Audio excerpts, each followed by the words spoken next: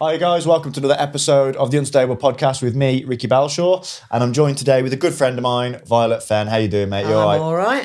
Thank you for having me. Good. No, thanks for coming on. Really appreciate it. They want to hear from you, so tell them what you do, who you are, and all that shit. Oh, I've sworn already. We'll bleep that out. We'll bleep that out for He's just told me not to swear in the first 90 seconds I'm sworn. I'm a writer. I write urban fantasy. I've written a lot of other stuff in the past, which Rick, I'm sure, is going to bring up to great hilarity. I certainly am. At some point. But yeah, mostly I'm a writer. I write urban fantasy. Yeah, can I just move that a little bit closer to you if it'll tilt? Yeah. There we go, perfect. Cool, so you're working on anything at the minute? Yeah, I've got a book out. Well, I've got 6 books out. I've written 6 books in 2 years. We were saying about, if you're going to do something, do it all or nothing. 100%. Yeah, so I've managed to write 6 full-length books and publish them in the last 2 years. And the latest one just came out 2 weeks ago. Okay. Yeah. What's that called? That's called Dark Waters. They are a series. So it's called the Netherweird Chronicles, based in Liverpool. Set in Liverpool, and it's sort of historic mythology, but it's modern. It's basically, if you woke up dead, I know that's a weird thing. Yeah. If you woke up dead and realised that actually this is it, you're immortal, you've woken up immortal, and it turns out that all the weird shit from... I've done it now, sorry. We've done it, we'll bleep that out as well. It just happens, doesn't it? Fuck the algorithm. Let's just do it. It's all right. For those of you who don't know, the YouTube algorithm, if you don't swear for the first minute or 90 seconds, it gives it a good push, and we've fucked it 3 times. We've just fucked it. So sorry. Never mind. YouTube ain't finding us anymore. Sorry, YouTube. Yeah, so basically, imagine you woke up. The premise is this woman falls off the balcony of her flat, wakes up the next morning on the ground outside and realises gradually through hilarious incidents that she's actually not breathing anymore. And because it's based in Liverpool, everything that's weird that you could imagine exists. Scousers. Well, it's Scousers, yeah. So where else could you set it, really? Yeah. So everything's weird. There's vampires. They're not a big part of it. I'm not big on the big vampire stuff because vampires don't sparkle. It's been done to death at it. Do you know what? I can love Twilight. Despite its flaws, not because of them. No, I know what you mean. I love dissing it. I am terrible for dissing it, but it's good fun.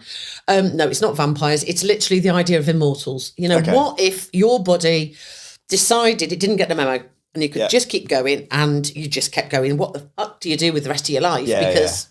you start, and then you realise that all the people around you, like the bloke from the corner shop, actually, he's been dead 800 years and he's really an old diarist from Hereford, but he's this black guy that runs this curiosity shop in the middle of Liverpool. Okay, wicked. And it just goes on from there, and the liver birds are a big character in it, and all that sort of thing, because they're my favourite thing in the world.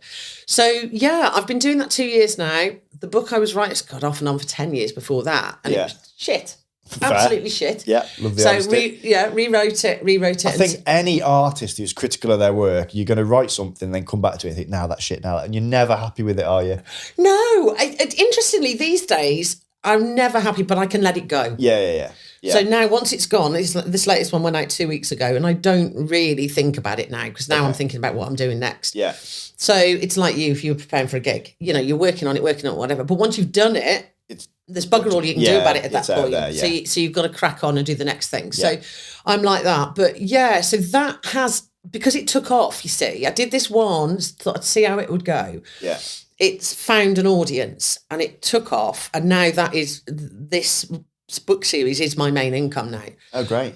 It's how I earn my living, just about. And get buying the book, guys. Yeah. She needs to earn them pennies, pay that mortgage. I know. I haven't even got a mortgage, Rick. I can't afford a mortgage. In that case, just subscribe to the Patreon instead. She doesn't need it. If you're going to buy the book, give it to me instead. Yeah, give it to Rick.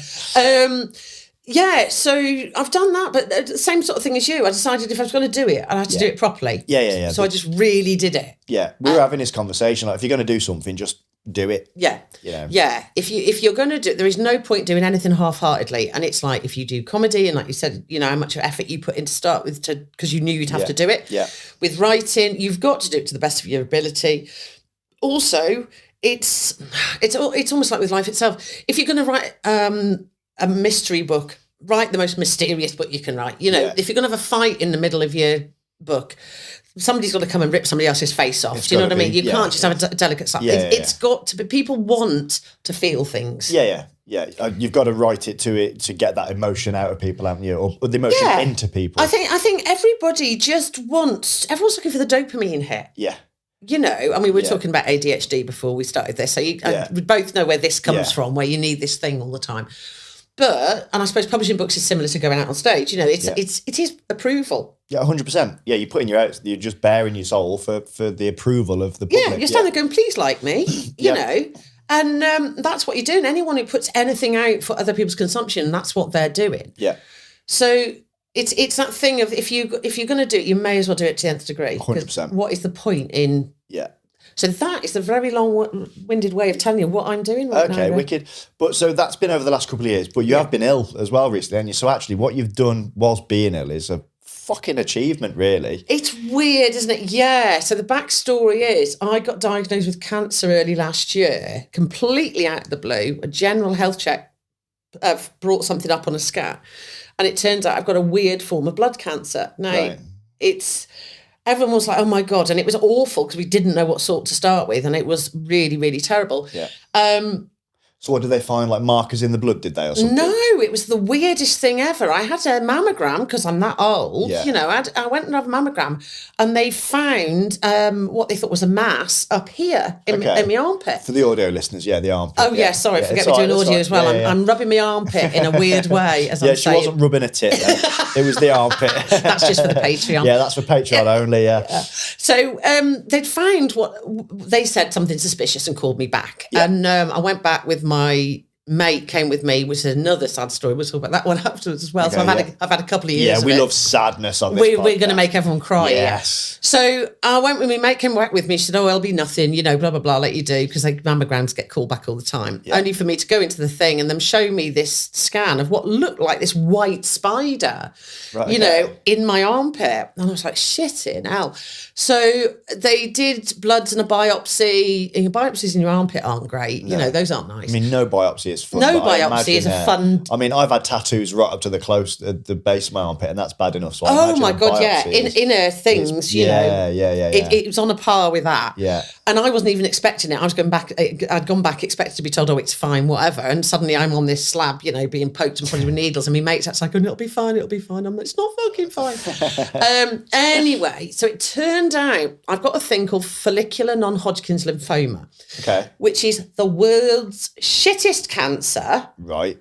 From the perspective of the cancer. Okay, so it's the best cancer to have. It's the best cancer to have because it's fucking lame ass. Oh, great. It's the most lame ass cancer. So if you want cancer, you want that If you really want it, have this one. I mean, I'd advise not having it, but if you really want, if you want them, have this one, because what happens is... That's like my broken back. Like, if you're going to have a broken back, you want the broken back I had. It was the best broken back you could ever wish for. No one wants a broken back. No one wants cancer. No, but yours was a good broken back. If you're going to get it, you want my break. So if you're going to have cancer, you want your cancer. That's what you're saying. Your back, my cancer. Great, perfect. Yeah, we're a tag team here. Yeah. So and what it is that is a shit tag team, isn't it? We wouldn't make a very good comedy actor. Broken back cancer. That's fucking awful. Broken back cancer. I mean, it could be a broken back cancer. There's your book. There's your next book. You're welcome. You heard it here first, guys. You heard it here first. That's going to be some really just weird. 2 gay cancer cells. Fucking. Okay, now. Because cancer's gay. Because cancer's such a gay cancer. Cancer's gay. Right. So what it is, it's incurable. You can't get rid of it. I'll have it forever. Right. You don't get remission. You don't get to ring a bell, whatever. But it is very unlikely to kill you. Okay. Because it's so slow. Because it's crap. Because it's really shit. So you got lazy cancer, is what you're saying. It's called a lazy cancer. Indolent Just call me Dr. B. I know. Yeah. Indolent cancer is what it is. Yeah. I've never even heard that word. It's just a long word for lazy. Lazy, okay, yeah. So basically it grows, it's not like a tumour, it grows, it blocks your lymph nodes and stuff. For fighting infections and stuff. So I've had one lot of treatment for it, which reduced, it turns out I got 4 tumours. I've got one in either armpit and one on the side of my groin. I did have an initial set of treatment, which is immunotherapy, not chemotherapy. At least you're symmetrical. I am. I'm very even. It's great. Love that. So I had an initial set of treatment, which has taken it back down to teeny tiny, because they think I probably had it 2 or 3 years before they spotted it. Right. So the idea is... Sorry, stop you there. They think you'd had it 2-3 years. How often do you have to have the mammograms? 3 years. So I'd had my first one, which was clear. This is the only reason they know. Right. And don't forget that men can have this as well, but you probably would never know. See, that's my ignorance. I thought mammograms was annually, but if they're it's every 3 years. That's what I was getting at then. Sorry. Yeah, and there is a thought that an awful lot more people have got this cancer. Right. Okay. Than anyone knows, because I would never have known. Right. Eventually, I would have grown lumps in my armpits and on my limbs. You know, which would I'd have panicked and gone to the doctors, and then they'd have found it. Yeah. But because this was found through a mammogram, they just happened to have squidged enough for audio. I'm squidging myself again. That they'd called. I'm really enjoying it for the audio listeners. He's just weird because he's just imagining sexy cancer now. I can't help it. I'm back to Brokeback Cancer. So they just happened to have squeezed enough in to have got a picture of it, you see. But of course, blokes don't have. You've got lymph nodes, but you don't have mammograms. Yeah. So. But because of this, I'd had one clear one. My very first one ever had been clear when I was 50. Had another one at 53, and I'm 55 this week. So at 53, this was on it. So they know by that there is a timeline within the last 3 years. It's within that 3 years. So, but what they don't know is how quickly it'll grow back. Of course, yeah. So the chances are 20% of people never ever get a single symptom. Right. Nothing ever bothers them. Yeah. The rest, it does develop, but it ends up really, it's more of affecting your lower quality of life because you get big lumps. Right. So it's more symptomatic as opposed to life-threatening. Yeah, because as I said, it isn't a tumour as we know it. It's blocking you. It blocks the nodes. It blocks the node, so then you're gonna. If you had nothing treated and it did really kick off, it would be something else that would like AIDS. It's not AIDS that kills you. I was going to say it's almost exactly like that. Yeah, it's not AIDS that kills you. Yeah. It's because HIV stops your immunity, so it works in a very similar way. Yeah, but much slower. Are you telling me you've got AIDS? Really? Is this just your way? No, and the reason I know this is because they check you for fucking everything when you've got cancer. Fair, yeah. So. No, I know this as well because my dad, I don't know if you know, he's got prostate cancer, so I have to go and have PSA tests, and they test for absolutely everything. I went in for a blood test to see if I got early prostate cancer, and I found out that I haven't got AIDS or I know chlamydia. It's a Brucey bonus. It was such a relief. Like it was great. Yeah. I know they came in and I knew I'd have to have tests, and they actually said we've got to ask your permission ethically. Can we do for HIV? And I went, well, you may as well because you'll have to treat it while I'm here. Oh yeah, absolutely, yeah. So the side of that was that I discovered I've got nothing else wrong with me, which is amazing considering the life I've had. But yeah, I was surprised to get a clean bill of health from that, to be honest. I'm surprised you got a clean bill of health. Yeah, me too.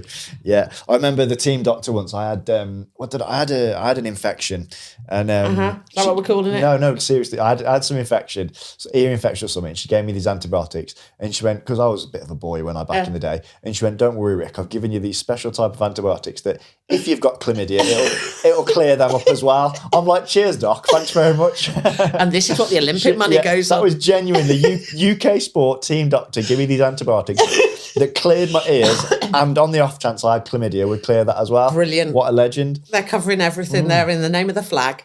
Amen to that. Sorry, I interrupted there. Carry on. It's all right. Yeah. You interrupt my sad stories of tragedy. Talking about chlamydia. So that was 18 months ago. So we were talking about what I'd actually dealt with as well in this 2 years. So that was a year last March, and then a year in September. So September just gone to 6 months after the cancer diagnosis. The mate, who I think you knew vaguely as well, Lee. Very vaguely. Yeah. She's the one that got me through all this diagnosis, sat with me at the appointments and did all that. And we'd been mates for 30 years. Collapsed with a brain tumour, completely out of the blue. Right. Literally got a message late at night saying you need to come to the hospital. We're not sure what's going to happen. And that was that. We spent 5 years would have been a long time, 5 days sitting at a bedside until I had to be part of the agreement that we switched the machines off. So, I mean, that's horrible, but if you're going to get a brain tumour, that is the fucking... you know what I mean? Like it was quick. I mean, no one wants to die with a brain tumour. Every single person in that hospital, because ITU, big up Shrewsbury Hospital, because they were fucking incredible for a week nearly. Yeah. And looked after us, because we were there, me and her other mate Kate and a partner and stuff. We were just doing shifts. Yeah. They moved us into a room. They were brilliant. And they said, if that's going to happen, that's how you want to go, because she was literally, I mean, she would love that I'm telling people about this because it was just such a comedy moment, was watching the In-Betweeners with her boyfriend, eating pizza, got up to put the kettle on. Just out. And went. Was she, like, she dropped down unconscious and never woke up? And never woke up. Fucking fantastic. Well, not fantastic, you know what I mean? But that is how to do it. If you're going to go with cancer, brain tumour, stroke, that is how you do heart attack, just fucking wallop, gone. And the hospital said, you know, the specialists all said, they said as far as they were aware, that's all she knew. Fantastic. Like Elvis left the building at that stand point. up, go down, out. Yeah. Do you know Glyn, my old riding instructor, used to teach at the Wyke? Do you know him? I know who you mean. So he was my first riding instructor, and he was big into his bike. So he used to teach me, he used to learn a load of kids to ride horses, and he became a motorbike instructor. And he went out one Sunday for a ride on his bike, had a heart attack, dead. Really? Knew nothing about it. No. Obviously, tragic for his wife, Flossie, who I keep in touch with now. She's lovely. But for him, what a great way to go. Like, if you're looking at ways to go, just knowing nothing about it. Either of those are the way to do it. Great. Honestly, because the only people that are traumatised are us around. And we have to deal with that. I feel about with people with dementia as well. Like, once they're at a certain stage, they're having a fucking great time a lot of the time. It's the people around. Like my nan at the minute, she's having a whale of a time, mate. She's singing her songs in the nursing homes, flirting with everyone. Yeah. It's everyone else around you that struggle. But if you're going to go, I think it quicker the better. Just the quickie better. My ex-father-in-law went with Alzheimer's, and that was awful. You know, that took a long time. Yeah. But as you say, it gets to the point where, fuck me, they are sitting in the corner thinking they invented the banana. 100%, yeah. Brilliant, let them. Yeah, absolutely. My granddad, they're married, but they're both in different homes, and he's all there mentally, and he's struggling so much more, and he's so much sadder because he knows what's going on. He knows what's going on. He knows he's coming to the end. He's sad. He's not seeing his wife on the daily. Yeah. Whereas my nan, she ain't got a fucking clue what's going on. She's loving life, mate. Nan's living her best life. She's dogging down the cake. Is she now? Yeah, she's loving it. Dogging down the cake. She's dogging? Dogging, yeah, dirty bitch. Yeah, she's... I've never heard dogging down the cakes before. She is slagging it up, my nan is. She's loving the D. She's loving it. A funny story, actually. So I used to play poker at where I used to work at the hotel. Yeah. There was loads of regular guests, and they had like a poker night. And because I got to know him, I was invited. So every Wednesday, I go and play poker. Anyway, one of the guys was telling us that I think it was his dad or his uncle was in a home. And what I found out is that men with Alzheimer's or dementias, they can get quite violent. Yeah. And women, they can get quite horny. Yeah. This is a thing. It's a thing. It's a real thing. So anyway, his dad or his uncle or whoever tended to get really violent at night. So when they'd put him to bed and they'd have to strap him down because he'd get up half asleep and start kicking off. But then this old woman would come in and start playing with him in the night. And so he'd start kicking off the next day. Nobody believed him. Nobody believed him because they just thought he's demented and he's just making shit up and he's dreaming it. But it turns out true Dorothy or whatever a bloody name was abusing was him coming in, wanking him off against his will. And you know what? His will. Do you know what the sad thing? We're laughing about this now. If that was the other way around. Oh my God, yeah. And we shouldn't find it funny. It shouldn't be funny. But and it I can't think of a better way to be woken up. Like, come over here, Doris. Give me a gummy. Do you know what I mean? Get over here, girl. Make sure she's taking her teeth out. Take them teeth out, sweetheart. Give me the old hack turn. Oh my! But no, the reality is, it's sad, really, because like he didn't want it to, and it's rape. I think it is totally. But I think the reason we find it funny is because everyone is scared. We're all scared of losing our minds. Yep. We're all scared of doing things we shouldn't do and potentially not realising we've done things, you know. I find that in writing things that maybe I shouldn't have written in journalism. You know, I've said jokes that I should not have shouldn't told. have said, you know, and then these days you're thinking that's going to follow you forever because of what have you done. And I think that's why we find things like that funny. You know, it's like with Lee dying, it was just one of the worst things that ever happened to me in my life, and I'm not over it now. But like the night before last, my brother's on the phone asking me what I was doing at the weekend, and it involves staying in an old people sheltered home. It's a long story. We've got a long time. It's fine. But he just started laughing because he knew her well as well. And he goes, fuck me, if Lee was still alive, she'd be wishing she was dead so she didn't have to fucking listen to you. And it was the funniest thing ever. Yeah. And we do this, I think, you know, it's like why dark comedy does so well. Yeah. Because we're trying to make light of the things that scare us. 100%. And like, there's a lot. I don't know if you've seen my set. My comedy's dark. I'm very dark. Yes, I've seen clips. I tend to watch the reels. Yeah. And I think it's like, I've had a lot of, it's dead funny because the people that get upset and offended by my set are the ones that have got no personal links to disability at all. Whereas like I've had parents of people with disabled kids that have come over in tears. I thought, fuck, here we go. I'm going to have to punch someone in the face here. But they're happy because they're like, you know, it's great. They can relate to it. It's funny and it's dead mad. And I've had people saying you can't joke about that. And when I've gone into it with them, because I'm a twat and I'll do it on stage, I'm happy to have that argument. They haven't got any links to it at all. No. And it's mad that they feel like they need to get up protecting people that don't want protecting. They're gatekeeping people that don't need gatekeeping, because I know an awful lot of disabled people, you know. I mean, some of the shit we used to say to each other on the team at squad training, we're vile. There was a girl called Sophie. I'll get her as a guest, actually. She's got cerebral palsy. Oh, no, much Sophie, worse than me. And she's very quite spastic in her movements. And she's very easy to make jump. And because of the spasticity, when you make a jump, it's really exaggerated. Right. So when she had soup... Oh, no. The best game ever was to make a jump when she had soup. And she loved it. Well, probably not at the time, but she knew it was just in jest. It was crack. We were all having the crack. We were all on the same page. And that's what people don't see. I mean, Sophie could be just plotting your demise at some point. Probably, yeah. But then she'd be doing that anyway for other reasons. She's too slow. She can't catch me. She'd trip over. She's more disabled than me. You just trip over each other. It'd just be a comedy of errors. Be a big spastic mess on the floor. But this is why it's funny. Exactly, it is. I mean, but I would only joke about things like that with you because that's funny. I wouldn't sit with somebody who's able-bodied next to him and go, "Oh, look at him doing that." Yeah, 100%. Yeah. And that's the thing, isn't it? It's like that with comedy. You can take the piss. I mean, like we were saying before we started filming, I went to Blackstock the other week and watched Paul Smith. Yeah. And he's a very Marmite one. I mean, I love him. I think he's really funny. And he managed to do a whole half of it was purely about getting DNA on a small child by having a wank. It was very dark. I've seen the bit. Have you seen that bit? Yeah. But it's funny because it's so awful. It's funny. Yeah. And I think the reason people like him is because he will say the things they want to say. Yeah. And a lot of comedians like that. Now, I like him because it's done well-meaning. It's never malicious. There's no malice with Paul. Which is how I say get away with it, but not get away with it because it's not to get away with. But your comments about disability and stuff work because it's funny. Yeah. You're not trying to make them feel small. There's no victim in my jokes. Yeah. If there is a victim, it's myself. And if there's a place to be a victim in there, I'll do it in a self-deprecating manner. I'll never punch down to another person or a group. Do you know what I mean?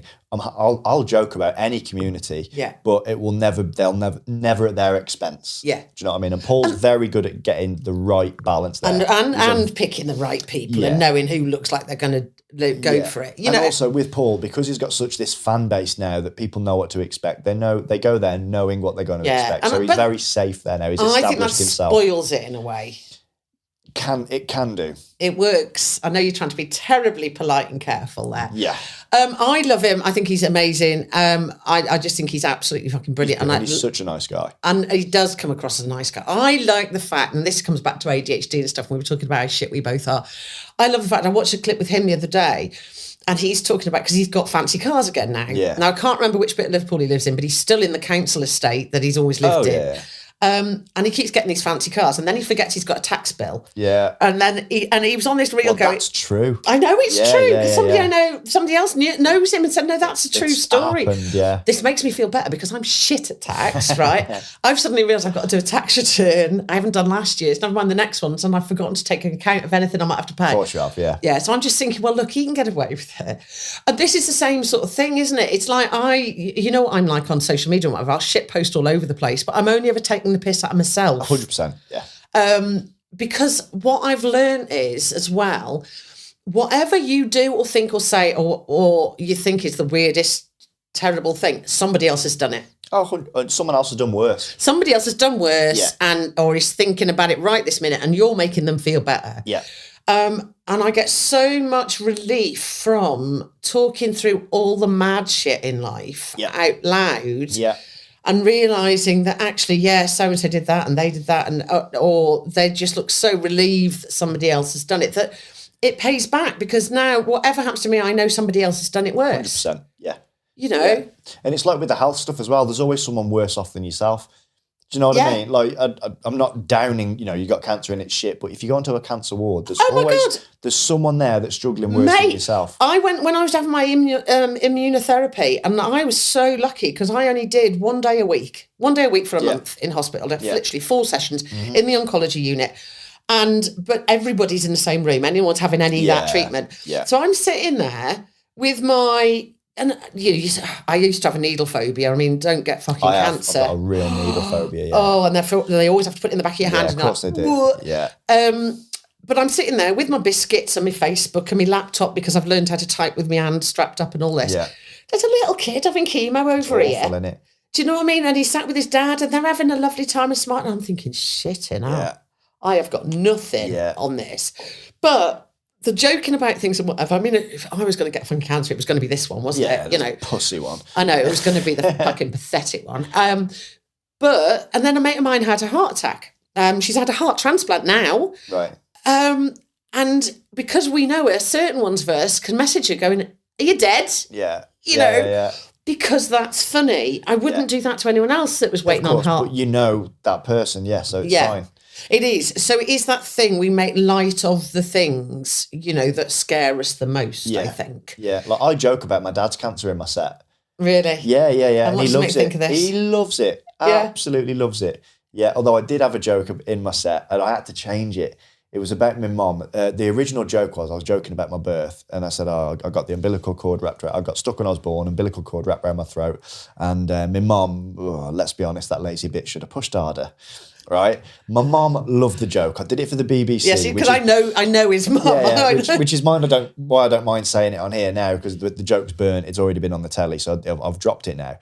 But I did that joke in a room where 95 to 98% of the audience were female. Right, and it died. No, did it really? The joke died a horrible death. That was so funny, and I could not win them back. They fucking hated me for 20 minutes. I could have crawled up my own arse. And I've changed the joke now. I'm not going to say it because it'll burn the joke because it's actually... Because you'll need to use it at some point. But that was a very misjudged joke. But going back to my dad, like my dad loves the joke and that's the one joke where I do punch down.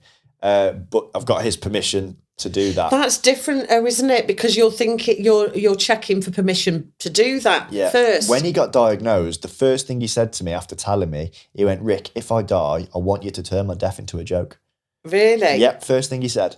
That's amazing. Thing he said, because he loves dark humour. My dad does. He's like, "Look, if I'm going to snuff it, you may as well get some money out of it." Yeah. But things like that are funny. My dad died, and I decided I had to sell his house and everything, and I decided to.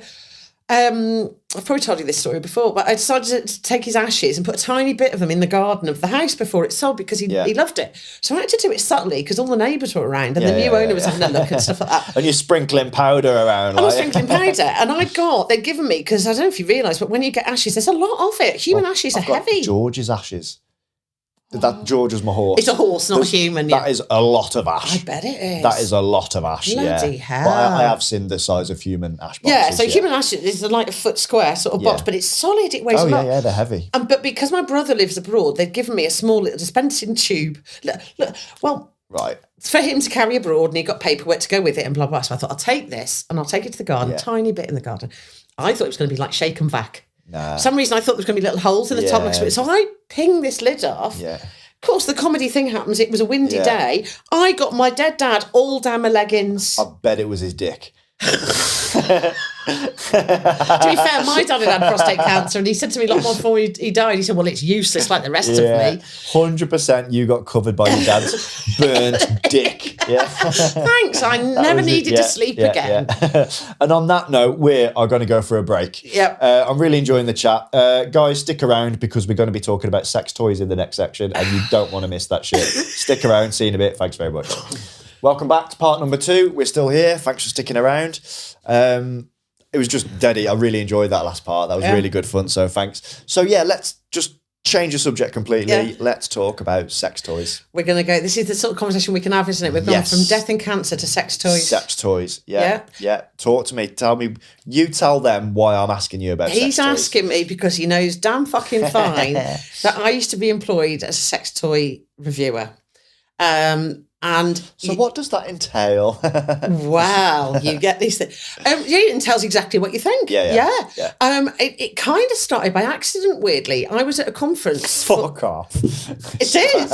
Okay, go on. It did. He's done nothing but tell me to fuck off since we started. He was doing it before we even started filming.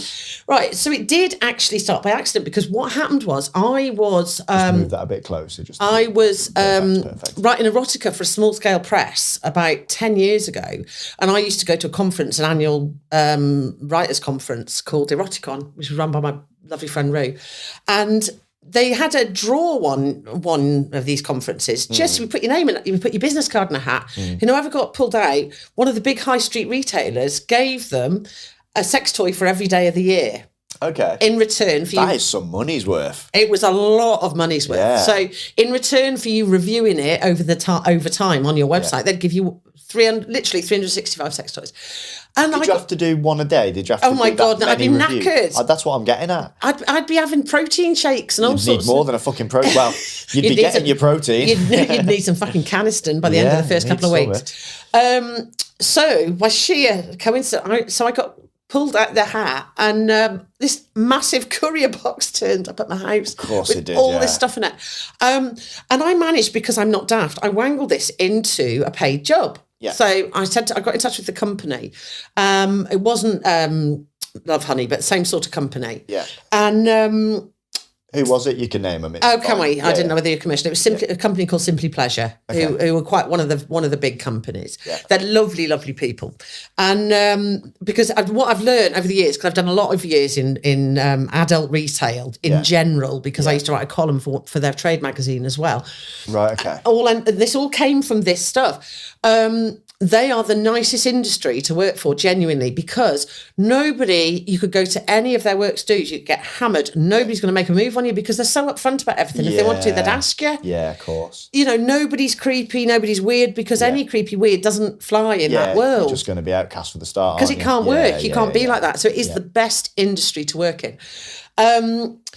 So I won this thing, and I got in touch with the company, and I said, well, I've got a website. I'm not doing much with it. What if I wrote your column once a month for your website, and you pay me? It wasn't a huge amount of money, but you pay me for that, and in return, I'll do this as well. Yeah. So that's what we did, and that went on for years, because there was 365 of them, and I've only got so many days in a week. There's only so much shagging you can do, isn't there? And I had 2 kids living at home at the time, so bloody hell.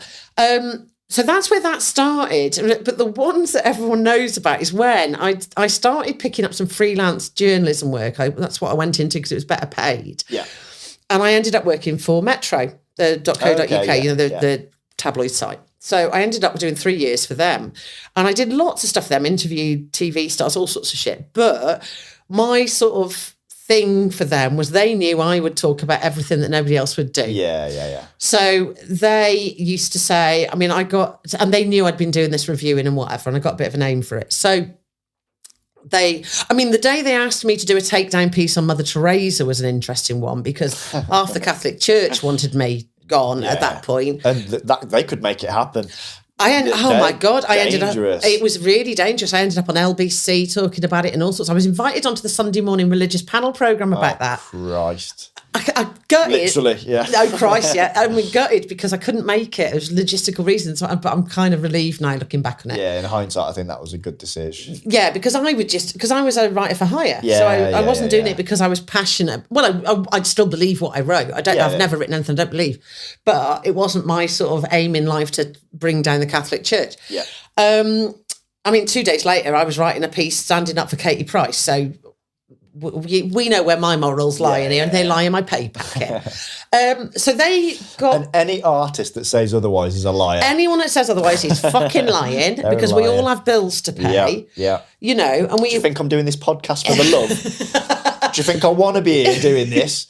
On a Thursday People just night. want that much bloody content now. I'm going to have to walk around with a fucking GoPro on all the time. I know. The amount of stress that gets to do this, the amount of conversation we've had just in the half hour before you got home because you were stuck in traffic. Yeah, nightmare. It's just, and this is it. You're looking for content all the time. All the time. So I was looking for stuff to write about, and they were looking about, they basically want muggins who would just write about it and not worry about their reputation. Yeah. As we know, my reputation had gone out the door many years previously. What reputation? So I was like, yeah, whatever. Because, and I think this helps, so it's relevant.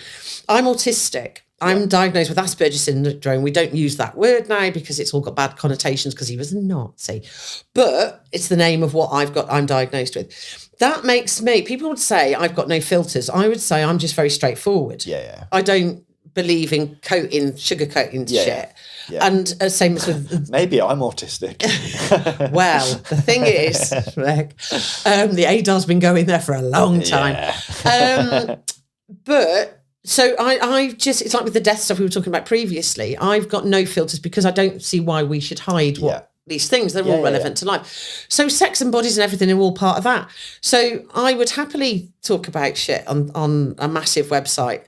So which is how, at the last time I saw the figures, which was a long time ago now, about 6 years ago now, I think 6 million people had read me talking about the Sibian sex machine. Oh, is that the thing they sit on? Yes. Yeah. Yes, that got delivered to my house. It's supposed to be wicked.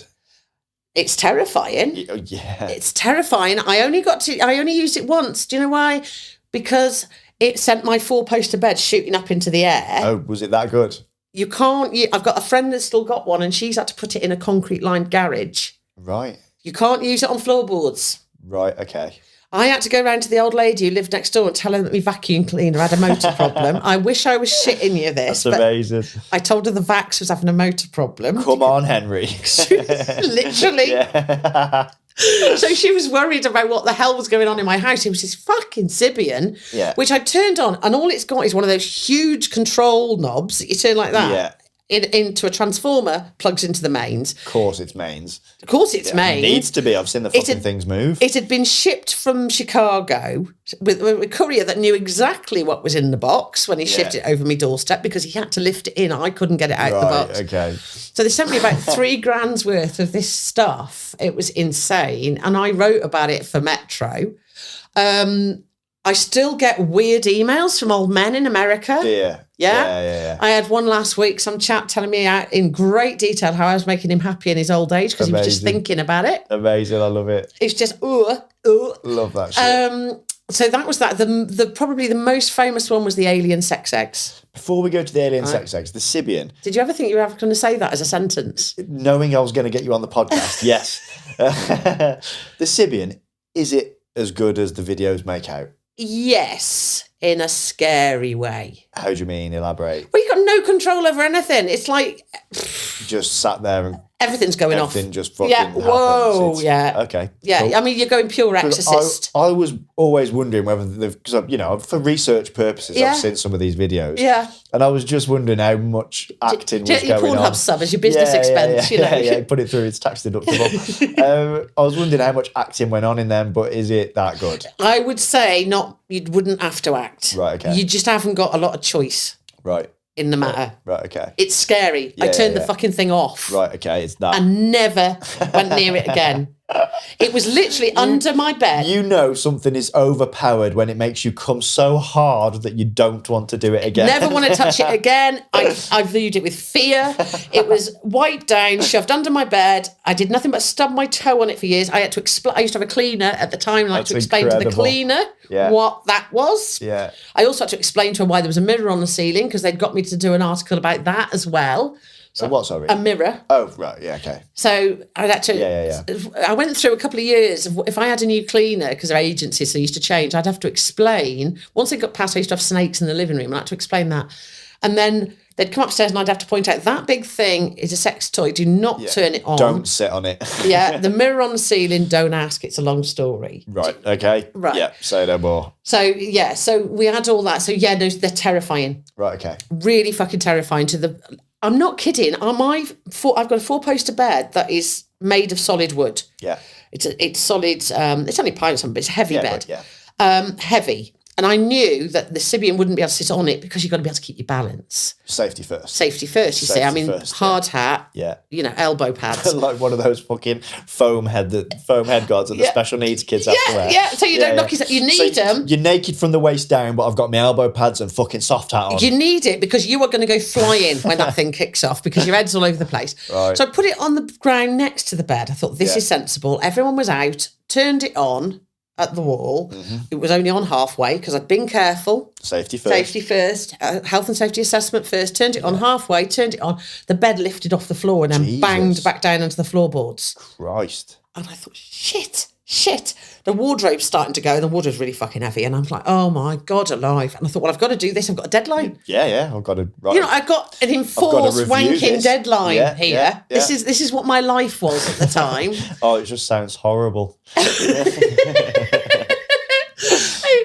It was just mad. So yeah, that was quite infamous, that one. That lurked round. I offloaded that. I was always curious about that. So, like, it is. They are exactly what they look like. Right. They are what they say on the tin. They come with some terrifying attachments. Yeah. They sent me one of every attachment that they make for it. Of course they did, yeah. Which are all, I mean, they're 50 to 60 quid each, minimum, these things. One of them, I wish I'd kept it just for comedy purposes, was a finger. Right, okay. It's just a finger that just attached, because what it is, it's just got, it is like getting on a horse. It's like a saddle. It's like a saddle shape. It's a saddle shape. And it's got a screw attachment that you pop the attachments onto. I've heard of people, because they're so expensive, I've heard of people doing all putting money in to buy the unit and then buying their own attachments. So you have like timeshare on your sex machine. Fucking ridiculous. Which I just think is such a cool thing to do. Or maybe not. I'm not sure I'd use the word cool, but it's not what I would like. But you don't never yuck someone else's yum. Each to their own. You know, we're not kink shaming here. It's a fucking good job, isn't it? Yeah, to be fair. Yeah. Right, let's talk about alien eggs. Right. Okay, so that's the one that ended up with me splashed straight across the Sun newspaper. Yes. With the headline, I caught my mum making alien sex eggs in the kitchen. So, and can I point out, if anyone says, what the fuck were you doing in the Sun? I had a thing, I used to do occasional tabloid paperwork, because you can't turn it down when you have to pay the bills. No, absolutely. So what I used to do, I had favoured charities, and I used to give a percentage to charity when I did it. Yeah. So the Daily Mail I did a couple of times, and they always got an immigrant charity. Yeah. Part of it went to that. The Sun, I always sent money to the Hillsborough Fund. So that's how I got around that. My logic being, because I know there's people that will see this and think, well, that's still unethical. Somebody else is going to write it anyway. It may as well be my 100%. Opinion, my point of view, and my money. That said, I don't work for them now. I made a decision a few years back not to do it again. But anyway, back to the alien sex eggs. So after the Sibian, the Metro were like, oh, well, what can you do next? I mean, how can you ramp it up from a Sibian? I mean, you've got to go some. You've got to really go some after the Sibian. And I knew, because I was, like I said, I was writing a column for the adult industry trade newspaper at the time, that there was a thing for what they called ovipositors. Ovipositors. Ovipositor. Right. Literally sort of Latin for egg layer. Oh, okay. Ovum. Yeah, ovum. Depositing. Yeah. Right. Oh, I will send you a photo, right, of the thing they sent me, so you can see it. We'll put it in the description. You can put it up, because it is hilarious. Yeah. So, in fact, we'll put it on the Patreon. It may have to be behind some wall. It's got to be behind a paywall. It's got to be behind a wall. By the sounds of it, it's got to be behind a paywall. It's going to have to be behind a wall. We'll put it on the Patreon, because I've still got it, because I'm somehow weirdly attached to this inanimate object.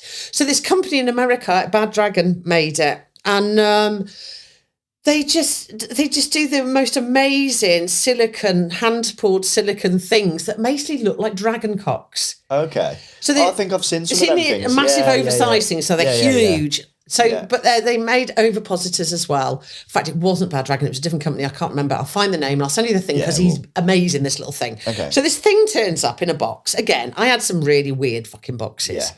Not long after this, I swapped to decide I was going to review gin instead. That was a much better. That's a gear change and a half, isn't it? That was a much better way of spending my time, because, oh boy, did I get a lot of gin for the next 12 months. You should have said I'd have done you a gin. No, I know. He's given me minging coffee. It was vile, that was, wasn't it? It was. I've got a new coffee machine. I got these pods and it was just a fucking mistake. It's really bad coffee. Yeah.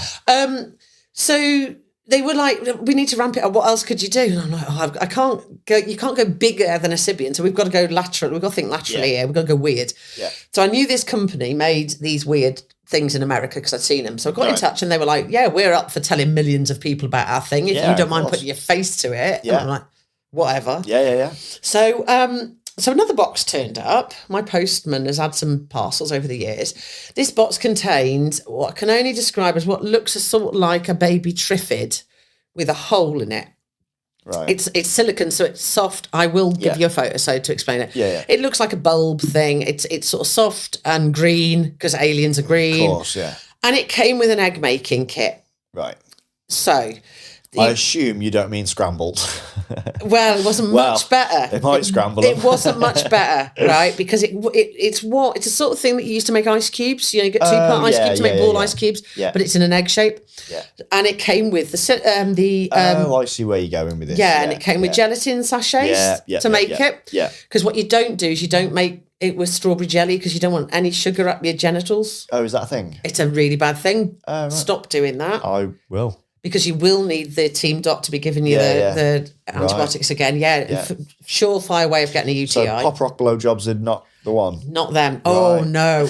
I keep getting told about that, and I'm like, no. Why would you even do that? Tucking them in. Gaz, my producer, I remember him telling me about them years ago. I was like, I can't think of anything worse. Imagine one of them going up your japs. Oh. Apparently, you tuck it under the foreskin, don't you, and wait for it to crackle. Fuck that. Snap, crackle, and pop. Fuck that.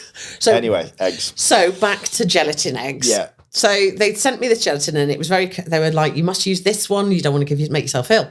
Yeah. I did notice the craft label on it, like it was the stuff you bought in a supermarket.